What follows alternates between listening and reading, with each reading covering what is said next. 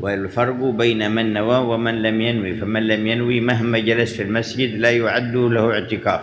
Perbedaan antara yang niat i'tikaf dengan yang tidak niat. Yang tidak niat i'tikaf tidak ditulis pahala i'tikaf seberapa lama pun dia duduk di dalam masjid. واشترط بعض العلماء للاعتكاف الصوم. Disyaratkan, sebagian ulama mensyaratkan orang yang beriktikaf itu harus dalam keadaan berpuasa. واشترط بعضهم أن يكون مقدار يوم وليلة. Ada lagi sebagian ulama mensyaratkan kalau mau i'tikaf tuh paling tidak sehari semalam. وأيسر المذاهب مذهب الإمام الشافعي. Dan yang paling mudah di antara semua mazhab tersebut mazhabnya Imam Syafi'i. ولا يشترط له صوم. Nggak disyaratkan untuk i'tikaf tuh nggak harus puasa. ويكفي أن يعتكف فوق طمأنينة الصلاة، يعني أكثر من مقدار طمأنينة الصلاة. Boleh beriktikaf walaupun cuma sebentar, walaupun dengan kadar tumakninah di dalam sholat. فلا بد من اللبث فلا يكفي المرور. Kalau i'tikaf itu paling kagak tuh dia ada berhenti sejenaknya di dalam masjid saat dia berniat. Nggak cukup sambil jalan tanpa ada hentian sama sekali.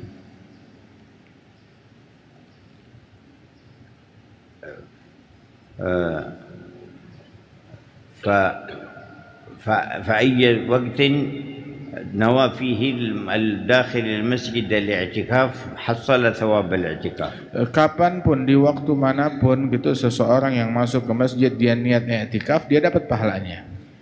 وكان الصالحون عند باب المسجد يقفون قليلا، ينوون الاعتكاف ويقفون قليلا ليبدأ الاعتكاف حتى يكون مشيه من عند باب المسجد إلى محل الصلاة داخل في ثواب الاعتكاف. Sebagian kaum solehin begitu masuk masjid, begitu dia masuk pintu masjid, masuk ke bagian dalam, dia berhenti sejenak, langsung dia pasang niat i'tikaf, terus dia jalan menuju posisi yang dia akan sholat di situ, agar jalannya dia itu ditulis pahala i'tikaf juga.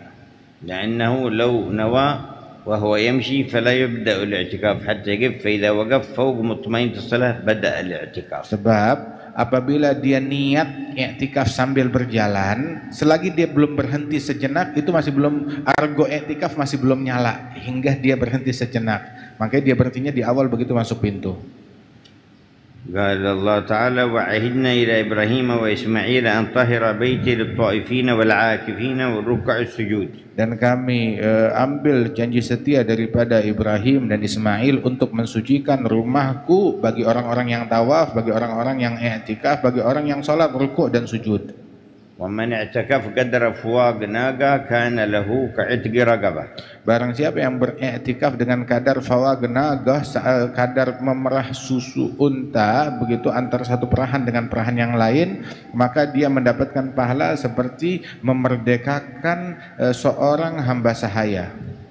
وفواق الناقة له تفسيران.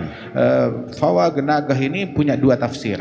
الأول أنه ما بين الحلبتين، ما بين الحلبة الأولى والحلبة الثانية. Yang pertama itu antara dua perahan susu, dari satu perahan ya, kemudian dia angkat sejenak terus dia memerah berikutnya, artinya sebentar sekali jedanya, itu dapat pahalanya.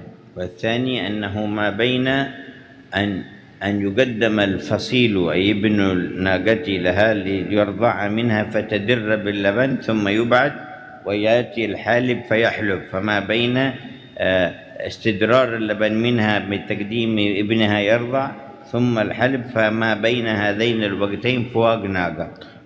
Tafsir yang kedua itu ketika dimajukan anak daripada unta tersebut untuk menyusu, dimulai hitungannya mulai itu anak mulai menyusu kepada unta betina itu, kemudian setelah itu dicabut, kemudian diperah susu unta tersebut, maka ini waktunya agak lebih sedikit panjang. Nah itu disebutnya kadar fawag nagah, untuk mendapatkan pahala i'tikaf dengan kadar tersebut. ونحن في المسجد من كان قد نوى الاعتكاف فله الثواب ومن لم. Nah ini kita sekarang di masjid, barang siapa yang dari tadi dia udah niat i'tikaf, ini pahalanya sedang mengalir. ومن لم ينوي فاته ثواب الاعتكاف فيما مضى فينوي من الآن فيحصل له ثواب الاعتكاف فيما بقي. Tapi yang belum niat ya, yang belum niat, yang tadi itu sudah lewat, sudah nggak dapat pahalanya, tapi dia pasang niat i'tikaf dari sekarang sehingga sisa duduk kita di masjid itu mengalir argo pahala i'tikaf. والمقصود من الاعتكاف صرف الشواغل عن القلب ليجتمع على الله تعالى. Maksud daripada i'tikaf menyingkirkan segala hal yang bisa membuat orang terlalai hatinya dari Allah Subhanahu wa taala agar dia lebih fokus kepada Allah. بعد